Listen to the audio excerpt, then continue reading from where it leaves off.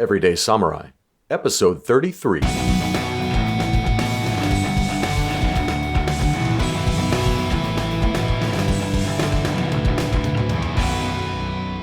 Greetings, friends, and welcome to Everyday Samurai, in service to your liberty and the security of a free state. Today, I'm happy to share with you an episode that I recorded with Pete Quinones, formerly known as Mance Raider, on his Free Man Beyond the Wall podcast. Pete is also an editor at the Libertarian Institute. So we had a fun and enjoyable discussion, one that I know you're going to get a lot out of. I actually got to delve into a bit of my backstory and a lot about how I came to hold the views that I do. And it also discusses an article that I wrote as well as the content of my last podcast. So it might seem like we're rehashing old territory, or maybe you've even heard the episode on another stream, but I would suggest that it's worth listening to a second time, particularly because we discuss how to diagnose a major political ill facing society, as well as the remedies to it. And it all centers upon your training in the martial arts and how that is necessary to maintaining the security of a free state. So this is all about libertarian strategy at the end of the day, and it gives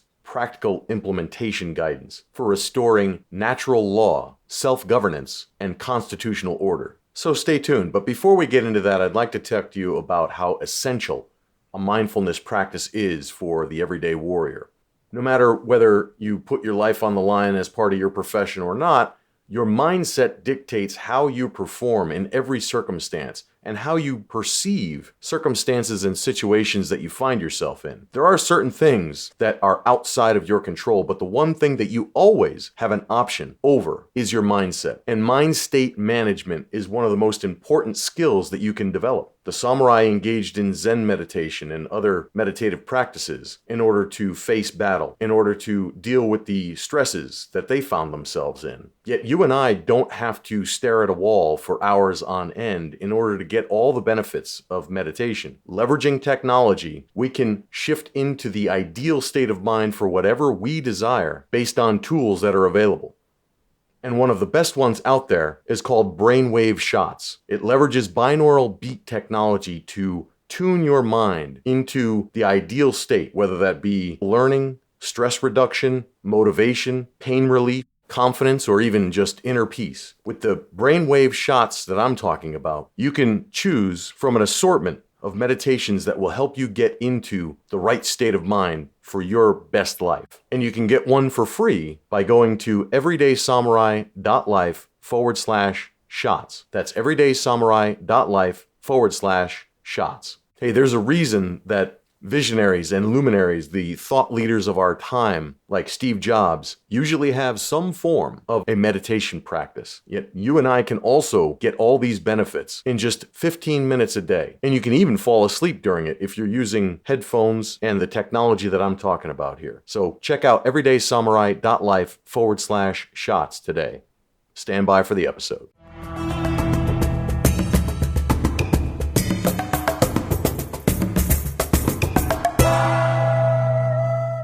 Very well, thanks. How are you?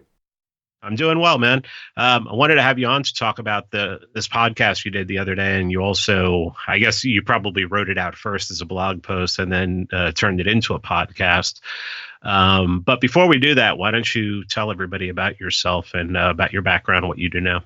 Yeah, absolutely. Thanks. I actually wanted to become a cop and a soldier ever since when I was about 11 years old. I got into Japanese martial arts. That's why I adopted the pen name Ken Yamarashi. Interestingly enough, the term Yamarashi is a technique from Daito-ryu Aikijujutsu, which is the precursor art to Aikido, and it stands for mountain storm. But interestingly, if you use different characters, Yamarashi stands for a porcupine, which just so happens to be the spirit animal of the libertarian movement. So that's the nature of my pseudonym. I joined the military right when I was 17. Army infantry, wanted to be hardcore, and got out and got into law enforcement in South Florida. You know, I grew up in the 80s and got all the propaganda in the public schools, and I saw New Jack City, so I wanted to kill Nino Brown. And I wanted to be Nino Brown. Interestingly enough, so yeah, I mean, Tom Clancy wrote a novel about going down to South America and hunting drug barons. That's what I wanted to do. And once you get into the bureaucracy, once you get into the military, you realize it's not like that. It's not glorified. But I stuck with it. So I was in the National Guard part time and law enforcement full time. And I got pretty jaded with local sheriff politics. And eventually 9/11 happened. So I was the first one to sign up. I was still a true believer and wound up in Afghanistan and Iraq, supporting ground combat operations, got blown up in Afghanistan. And interestingly, my path to libertarianism and Austrian economics came by way of my experience in Iraq. Like I said, I was still a true believer, even though I knew things were jacked up because of the bureaucracy. I thought it was more just about people. We had the wrong people in place. And only because of my study of Austrian economics did I come to realize that it's more systemic. And the problems of economic calculation are something that you can't overcome because bureaucracies are run as bastions of socialism. So I was doing ground combat operations in Iraq and doing route clearance patrol, and I came across this burning tanker side of the road that had gotten hit by an IED. And just because of the nature of my work, I was working 6 days on. I saw it burn for 5 days straight. Basically, we were doing route clearance patrol. I saw this burning tanker of gasoline that was being delivered up from Kuwait on one of the main supply routes. And here we are, this 7-vehicle route clearance patrol driving past this burning tanker. We're burning all this gas. We're watching this tanker burn all the fuel that's being delivered just so that we could do more patrols. And I saw that there was some kind of circular logic there. And it just so happened in 2007 that the price of a barrel of oil was skyrocketing. And I was interested in geopolitics, so I was a member of Stratfor, strategic forecasting. I was interested in how the world worked, trying to figure out things from a larger perspective. And it was the first time that I had ever heard of central bank printing, because this guy that used to work for Stratfor named Peter Zehan talked about, well, yeah, the price of a barrel of oil is high right now, but it's also a period where central banks are printing at unprecedented rates. And that kind of clicked with me. I didn't really understand it. I wanted to figure out more, but of course, I was in Iraq, and later on that next year, I went to Afghanistan. It wasn't until I wound up in a bureaucratic job that I could actually spend some time searching the internet, and that's right around 2010. Ron Paul was getting ready for his 2012 run. And that's when I discovered Austrian economics. And that kind of opened the door to where I am now. Cool. Cool. All right. Let's talk about this article because there's a lot in here. It's called How Military Flag Officers Threaten Liberty.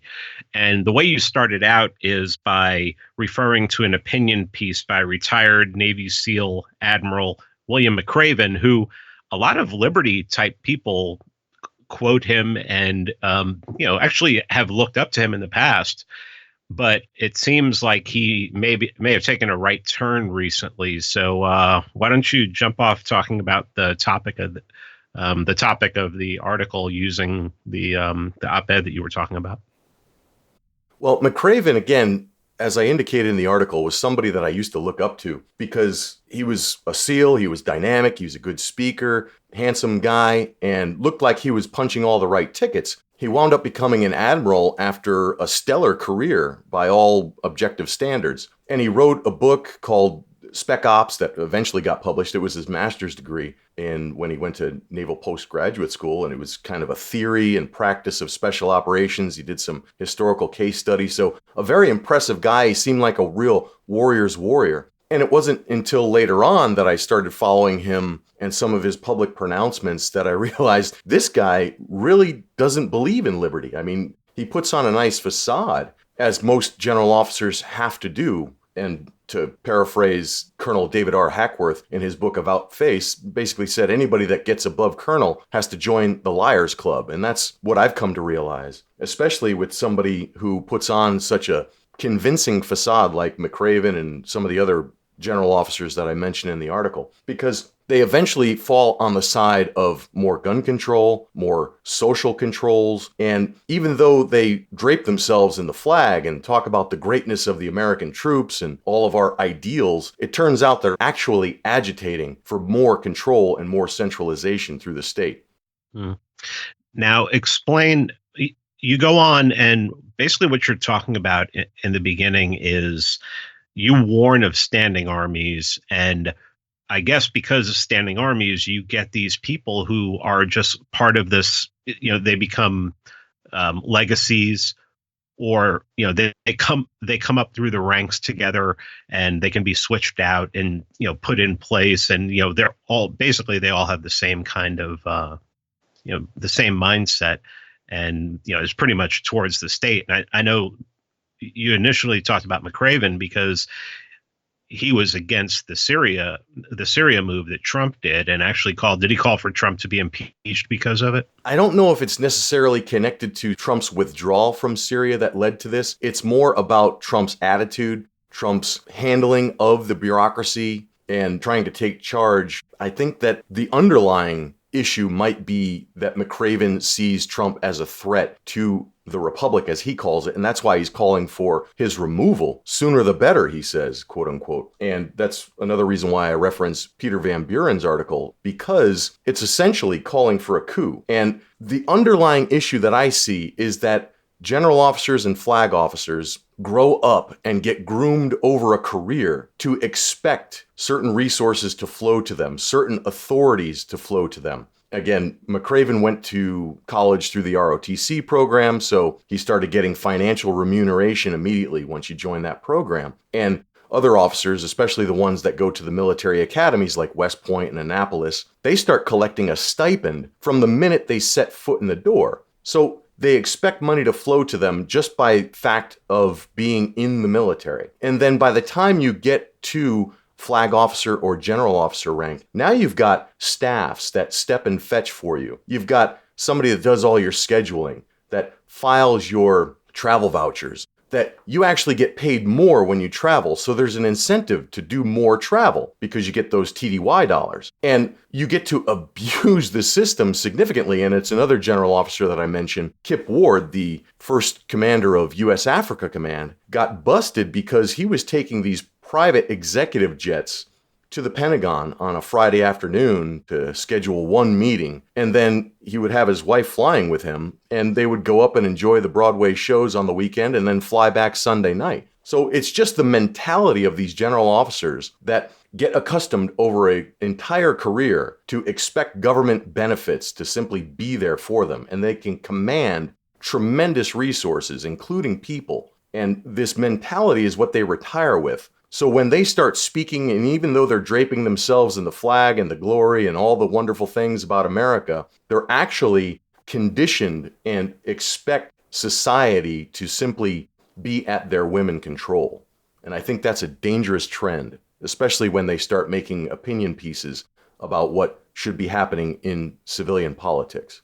Well, let's talk about that. You're talking about that there's very much a language of a coup happening these days, and even the mainstream media, corporate press, isn't hiding it. They're having people on who are advocating for it and not hiding it. So why don't you talk a little bit in the article about the history of coups, and you call it a brief history of tyrants. So can you just give us examples from history of how these things usually work out? Well, Julius Caesar is one of the most famous and illustrative cases of how a general officer, a popular military commander, eventually took control of a republic and turned it into a dictatorship. And this type of thing is visible in various episodes and across cultures. It's always military leaders that wind up taking control and establishing dictatorships. And again, my podcast is Everyday Samurai. I'm interested in Japanese martial arts. And when you look at the history of Japan, so, I mentioned the Roman example as one, but also in Japan, it's always military leaders that were subordinate to the civil power that eventually transformed the nature of the state into a dictatorship. And with that, we have Yoritomo, who established the first shogunate in Kamakura, Japan in 1185. He was a trusted leader that was dispatched by the emperor to quell a disturbance. And in order to make that happen, he had to make certain promises to his private network, essentially, of associated warriors out in the province. Well, once he had that network, then he said, okay, I'm going to now run things day to day. I have to take control in order to keep the peace. So the emperor can still be a figurehead, but I'm actually going to be the one that runs things. And that's just a cycle that we see continually happening until these regimes collapse under their own weight. Throughout Japanese history, we see it's the military leaders that were entrusted by the civil authority that then take control and usurp the day-to-day operations, as effectively establishing tyranny. I think it's really easy for people whose eyes are open to see it, can see exactly, especially in the age of Trump, since he took office, even before, how much the military just does basically run everything. How the military industrial complex, and that's it's not a conspiracy. It's not a conspiracy theory if a former president and a general warns you of it, and we just see how what's so-called deep state. And they're not hiding that anymore. I thought it was funny that in 2017, in January, if you would have said deep state, you were like a conspiracy theorist. And then in the first week of February, everybody in the corporate press is referring to the deep state. And it's like in the span of a week, it went from conspiracy theory to a fact. But if I could just jump in for a second, because the term deep state seems to be loaded, obviously, and now it's becoming more popular and, like you said, accepted among a lot of different outlets. However, there's a distinction that I think everyone should understand, is that it's not that there's a deep state, it's just that every state gets deep over time. And, I'm somebody who likes to delve into theory and history, etc. And Anthony DeJasse has a book called The State, where he talks about the progression from a minimalist state to a maximalist state. And it's a natural progression because of political churn. It's just what happens when states do what they do. It's because they don't have rational economic calculation that there's unintended consequences for every action that they take. And the solution is always more money, more resources, and more authority to fix the problems that they created from that initial action. Again, it's the same problems that Ludwig von Mises talks about in terms of interventionism in the economy. Well, that same thing happens naturally through political churn. And this is how what was intended to be the most libertarian-minded state in the world turned into the Leviathan that we have now. Well, I'm glad you brought that up, because in the section of the article entitled Bastions of Socialism, you reference Ludwig von Mises' book on bureaucracy. And then I was listening to another your podcast, and you started to expound upon how much that book meant to you. So can you explain, when you're talking about bastions of socialism? I think people get the idea, but can you just flesh it out? It's important that everyone understand, supposedly these organizations that are intended to protect liberty are the antithesis of liberty because of the way that they operate and function. And for me, I was very hesitant to jump into libertarianism. People had said, oh, you're into Second Amendment rights, you should check out the Cato Institute, back when I was a cop. And I was like, they support, legalizing drugs. And I just wasn't in a place to hear that. I generally was not sympathetic to those type of arguments. But when I got to see how the inability of rational economic calculation prevents good outcomes from occurring, that's what really made it click for me. And again, I had been in the bureaucracy since I was 17. I joined the military and then in law enforcement when I was 24 years old. So I got to see it in the military and the law enforcement side. And yeah, things were always jacked up, but I thought it was just personalities, as I indicated earlier. And my approach to libertarianism through and by way of Austrian economics really gave me that scales falling from the eyes, road to Damascus experience, because I realized that it's impossible for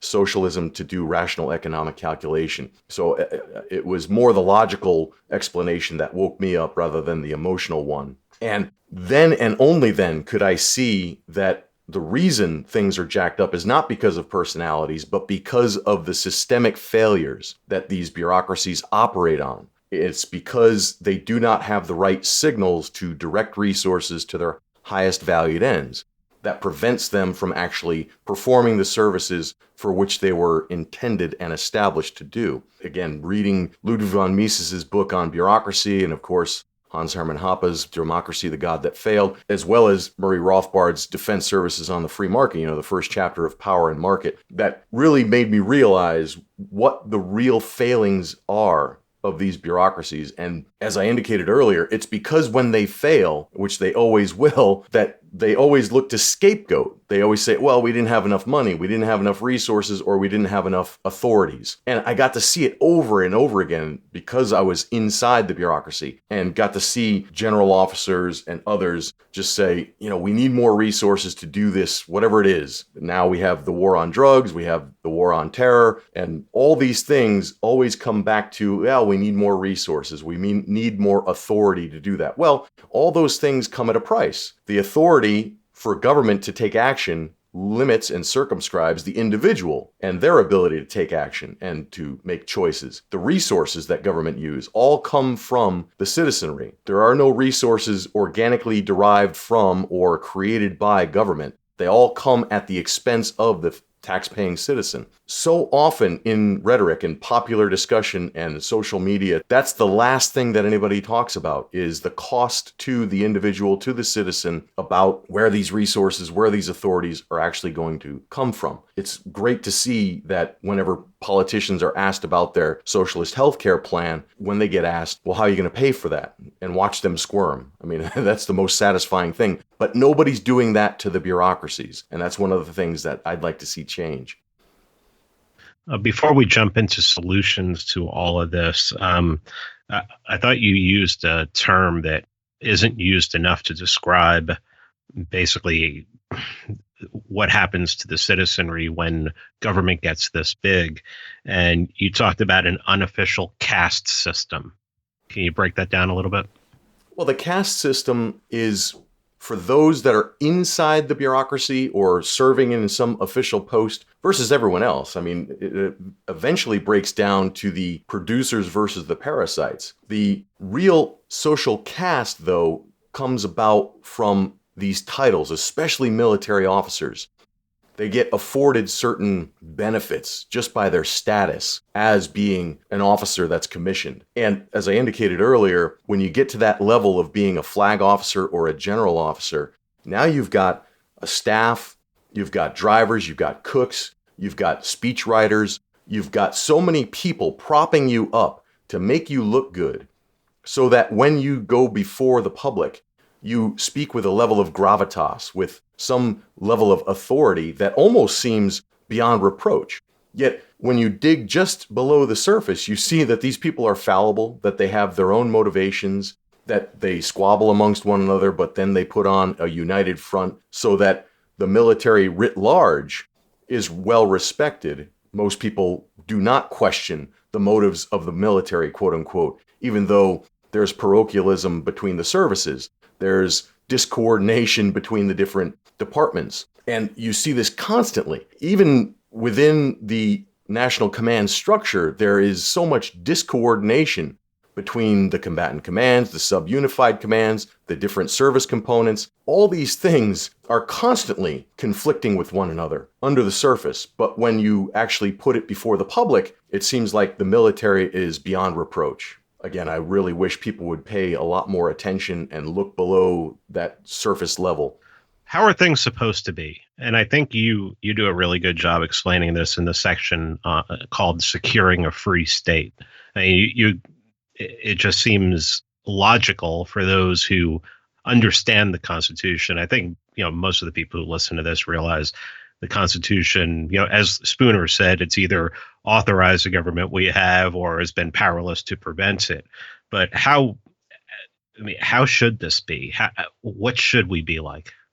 As I name my podcast Everyday Samurai, it's because the everyday ordinary citizen needs to be trained in the martial arts, and not martial arts that are oriented on winning competitions, but martial arts that are here to preserve dignity, to preserve liberty, to advance a free society so that you can not only protect yourself, but also make a positive contribution to your community, your society. That might sound anti-libertarian, but I think there's something to be said about the way the Constitution was actually structured and intended.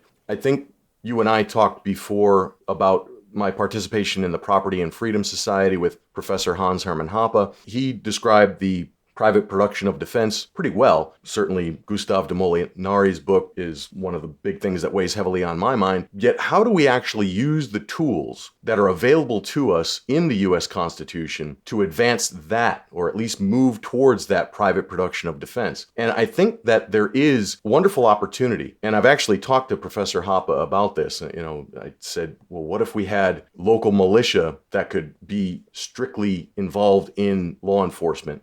He said, he's got that German accent, so he says, well, yeah, that's okay.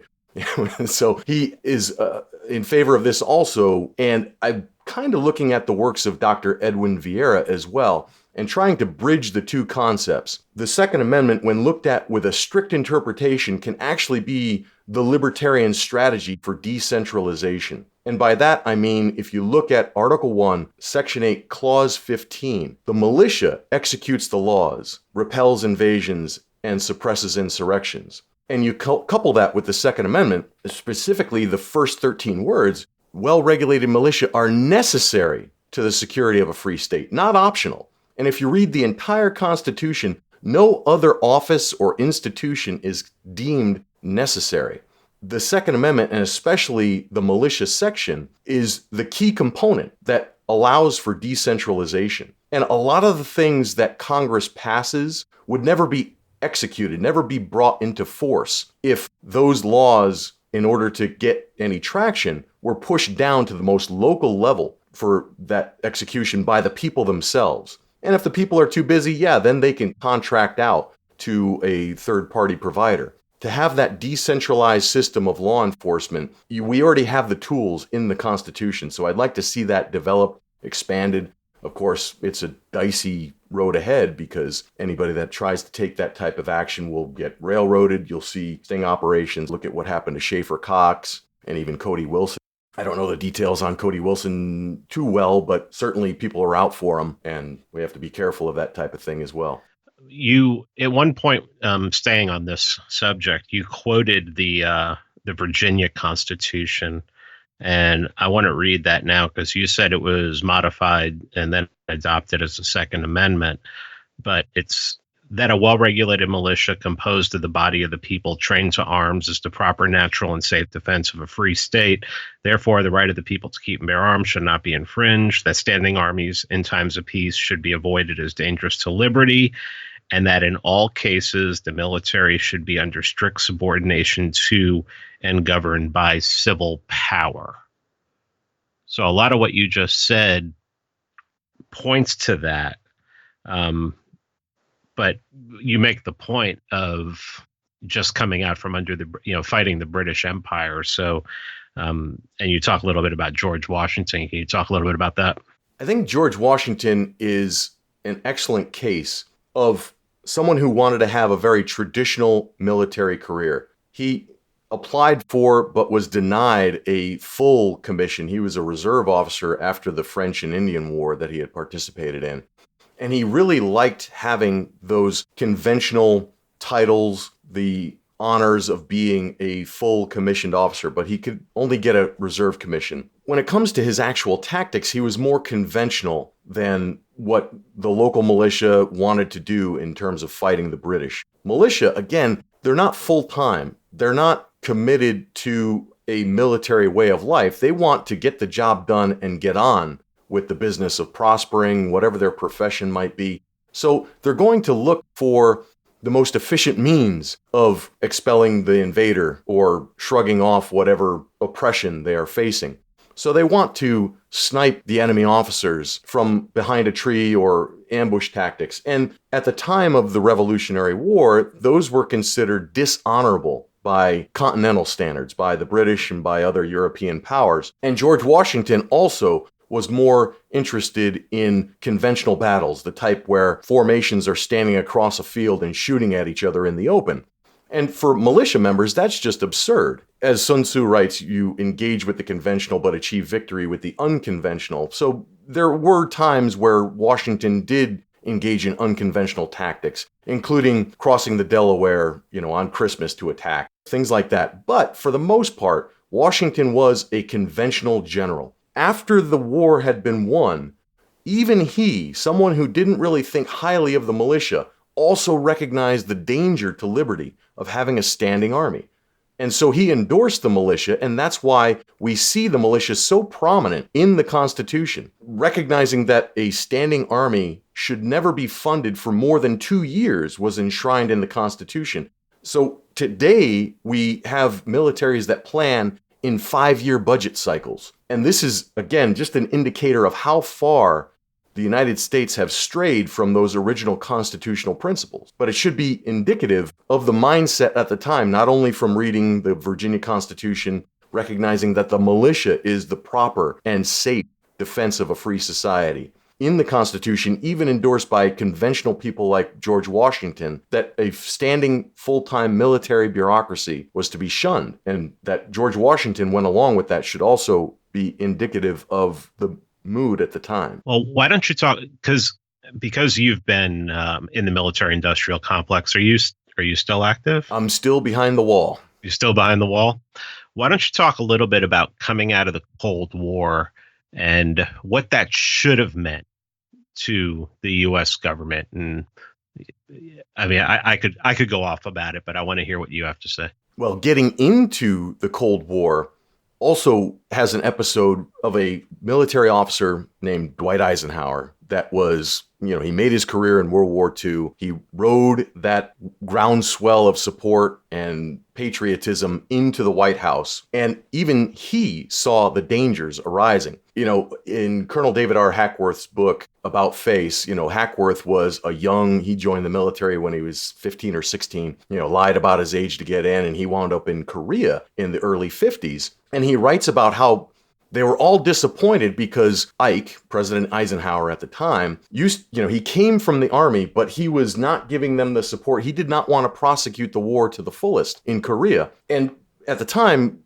Hackworth couldn't really make sense of it. But just kind of keep that in the back of your mind, that this guy who rose up through the ranks and then became president saw the bigger picture and realized that maybe this Cold War and fighting in Korea really wasn't in the best interest of the United States. And when he left office, of course, the famous military-industrial complex speech was launched across the world, and people could see it, but we didn't really realize how deep and entrenched that military-industrial complex could be. And again, in my article, I say military-industrial congressional complex all the different reasons why that complex has pervaded the entire spectrum of political life. And there's a lot of different books that expound upon how the complex can do manufacturing across many different political districts so that no representative will want to say, I'm going to be the one that shuts this down because it's going to cost jobs for their constituents. And there's other reasons why the political class has been co-opted by the military-industrial congressional complex, such that when the Soviet Union eventually fell, the reason why all these conservatives and politicians,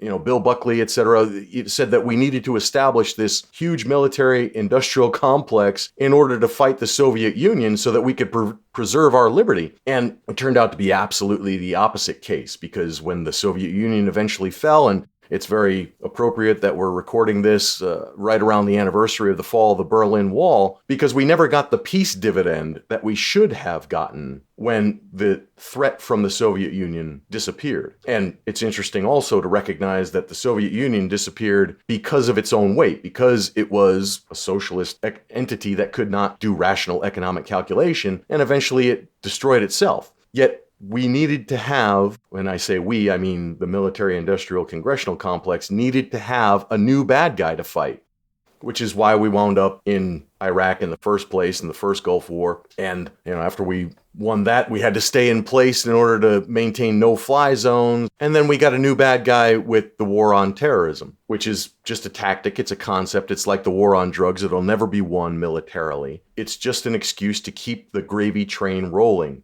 and to keep funding not only the industry, but also the bureaucracy. And I see that the bureaucracy is actually more dangerous than the lobbying corporations. Well, I think we'll cut it there for now. I'm sure after this, people are going to want me to have you back on, and I definitely want to. I've listened to a couple of your other podcasts besides the one we're talking about now, and you have a lot of information there, but I know you have to go. Why don't you tell everybody where they can listen to you and read your stuff? Yeah, absolutely. And thank you for that. My website is everydaysamurai.life because it's a way of life. Everybody needs to adopt that martial attitude and make that contribution to a better society by first looking at their own security, applying that martial way of life, mind, body, and spirit, and advance liberty one step at a time. So everydaysamurai.life. And that's also the name of the podcast, Everyday Samurai, and it's available on all podcatchers. I was listening to it on Podcast Addict, so and I'm sure it links up off of the website. Yeah, it's on all the different outlets. Cool. Well, Ken, I really appreciate this, and love to have you back another time. Hey, thanks. Appreciate that.